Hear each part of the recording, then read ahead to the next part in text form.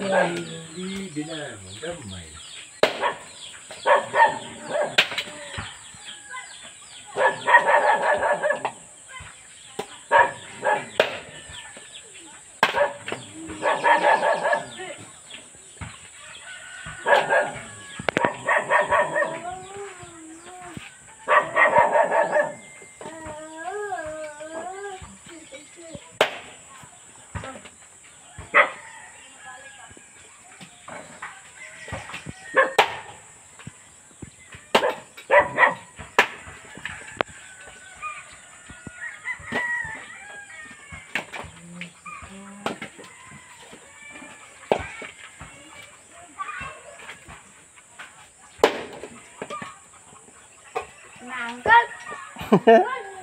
Wow, ang bait ng bata namin.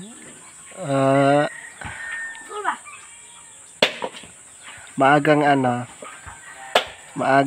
nagkuha ng panggatong. So, ang ginagawa niyang panggatong ay yung mga buko na kinuna ng kupra. Yan. Ang bait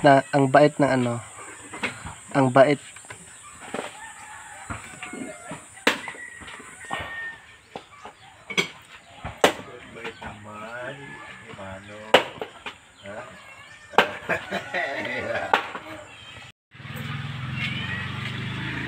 Tapos dito, may kumakain. Ba't pinagkatawa?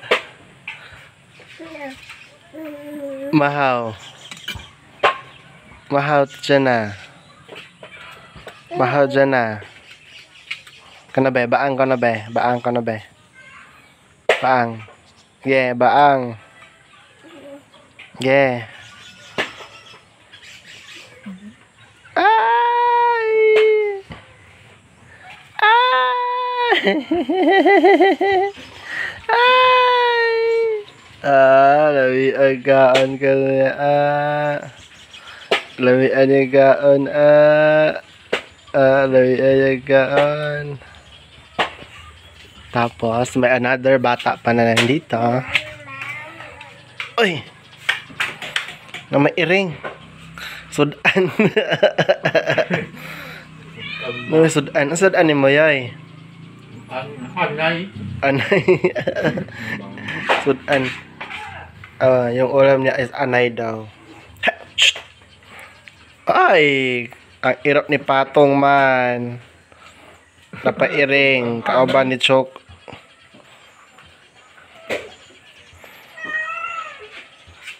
Honorable Arthur Collis, and also to the rest of the program officials, ASP officials, to our working committees, headed by Mr. Lyndon Dibutaya, and also to Sir Crisol Collis.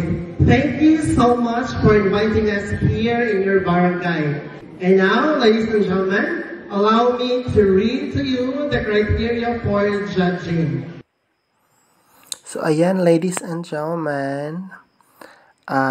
Second part of the video natin is yung nangyayaring search for matron queen. So, sa kabilang barangay po ito.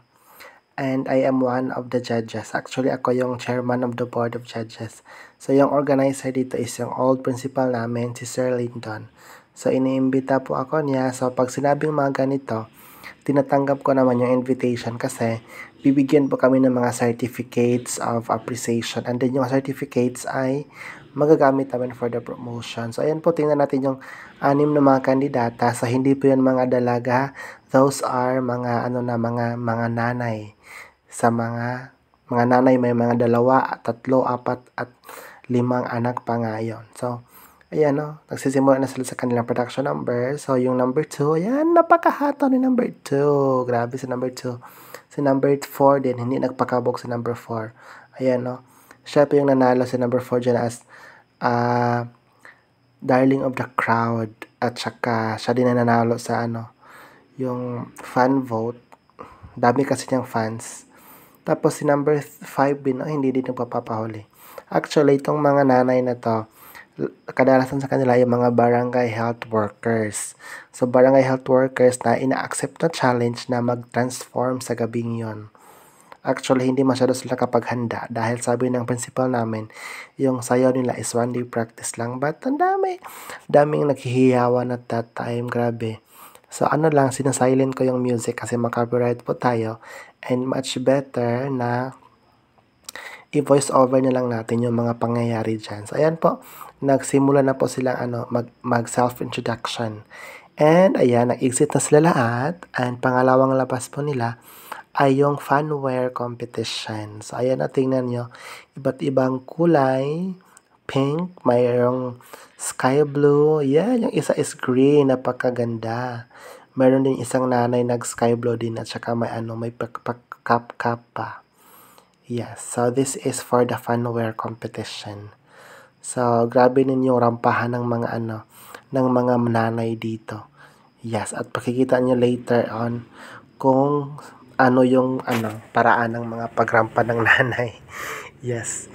So ayan, naghihintay sila na mag-on yung music kasi parang meron silang maliit na sayaw. Siguro mga 16 counts at saka go na dan. So ayan. Okay, 4, 3, 2, 1. Okay. 1, 2, 3, 4, 5, 6, 7, 8. 8, 7, 6, 5, 4, 3, 2, 1. At nang-exit na si candidate number 1 kasi siya yung unang papasok. At saka magbibihis pa siya. Kasi may pasabog yan si number 1. Yes, may pasabog yan. At saka na-exit na din. At saka tingin nyo si number 6 na naka-green. Grabe din siya at that night. Nag-transform at saka napakataw din ni number 6 na bet din ng mga judges. And ako din, parang grabe. Siya yung pinaka-skin sa lahat ng mga contestants.